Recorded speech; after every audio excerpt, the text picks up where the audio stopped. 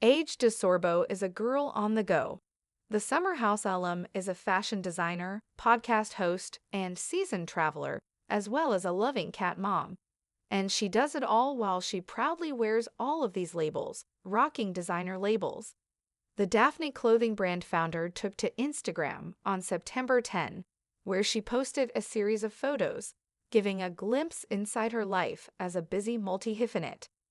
In the photos, Paige can be seen hanging out on the streets of NYC, getting her makeup done, spending time in Italy, and lounging in bed. She also made sure to snap photos of her many fabulous outfits, her delicious-looking plate of pasta, and many photos of her adorable cat, who is also named Daphne. "The summer I minded my own business," she wrote in the caption of the post. Paige DeSorbo shares updates on her life after Summer House. Of course, this all was in addition to everything else she's been up to these last few months, from attending the US Open to popping up on Love Island USA on Peacock and The Tonight Show starring Jimmy Fallon multiple times this year, as well as dazzling at the 2025 Las Culturistas Culture Awards, where she also took home a prize. Paige DeSorbo shares Hannah Berner friendship update.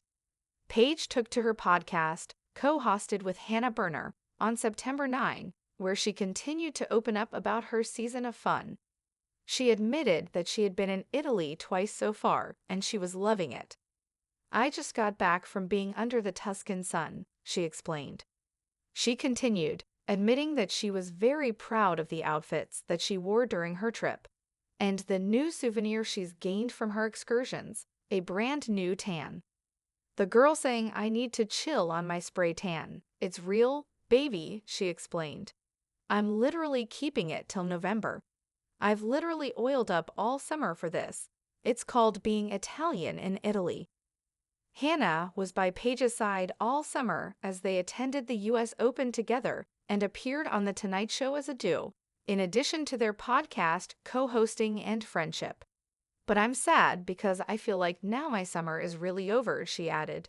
Paige DeSorbo opens up about changes in her career. This summer also marked a major first for Paige, as it was her first summer since 2019 not spending time in the summer house in the Hamptons.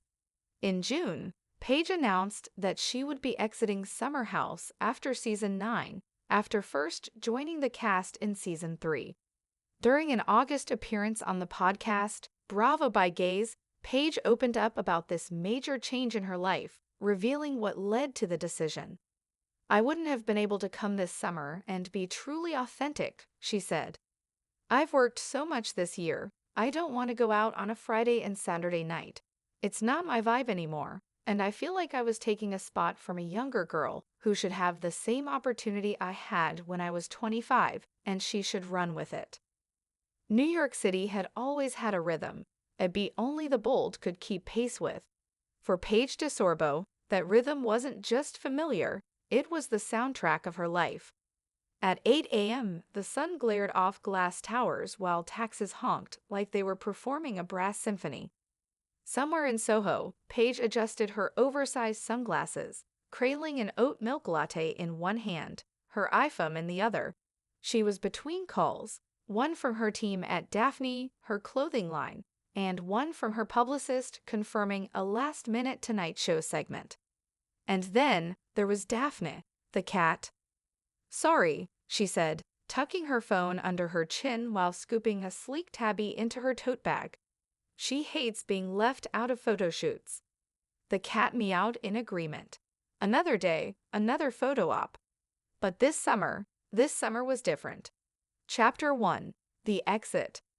It had started with a feeling, not the dramatic, sweeping kind. It was subtle, a quiet pull in her chest whenever the word Hamptons was mentioned. For 5 summers, the summer house had been her playground, her pressure cooker, her personality on full display for millions. She laughed there, she cried there, she grew up there. But one morning in May, somewhere between a podcast recording with Hannah and choosing fabric swatches for Daphne's fall line, Paige realized she didn't want to pack a bag for the Hamptons. "I don't want to pretend I'm 25 when I'm not," she confessed to Hannah on the mic.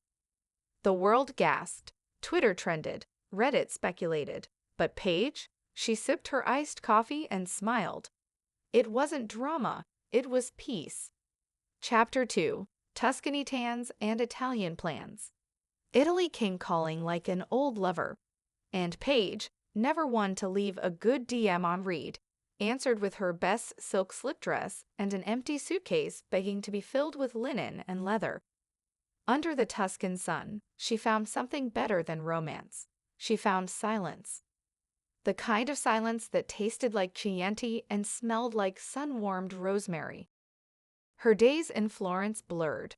Morning espressos, afternoon walks through centuries-old alleyways, and nights eating pasta that ruined her for any carb this side of the Atlantic. Strangers knew her by name. Locals called her La Ragazza con il gatto americano, the girl with the American cat. Because, of course, Daphne the cat came too. Paige wasn't heartless. In Italy, she didn't just feel beautiful. She felt real, not curated, not performing. Just Paige, sun-kissed and smiling, talking fashion with an old designer in Rome, and laughing too hard with Hannah over Aperol spritzes in Positano. They weren't chasing content. They were living. Chapter 3. The Culture of Being Yourself. When the last Culturista's Culture Awards sent her an invite, then a nomination, Paige thought it was a joke. I don't win awards, she laughed on her podcast. I wear them. But there she was in September, strutting down a red carpet that looked more like a disco ball exploded and dressed like Bianca Jagger had reincarnated with TikTok clout. She accepted her award with a smirk and a one-liner. This one's for the girls who mind their own business and still get everything they want. The applause was thunderous. Backstage, someone handed her a cocktail. Jimmy Fallon high-fived her. A writer from Vogue whispered about a feature, but Paige's mind was on her cat, curled up in a designer travel bag with custom embroidery. Chapter 4. Makeup, Manhattan, and Midnight Thoughts. The nights were the hardest. Even when she was in her element, NYC rooftops, cameras flashing, her name stitched inside every silk seam of her life, Paige often lay awake and stared at the ceiling. Not sad, not lonely, just aware. Aware of the world watching. Aware of the clock ticking. Aware that every move she made was more than content. It was a statement. So she posted the photos. Makeup half done, pasta mid-slurp, cat mid-yawn. She captioned it, "The summer I minded my own business." And the internet lost its mind. Chapter 5. Hannah, always. If Paige was the runway, Hannah was the DJ. Their friendship was chaotic in the best way.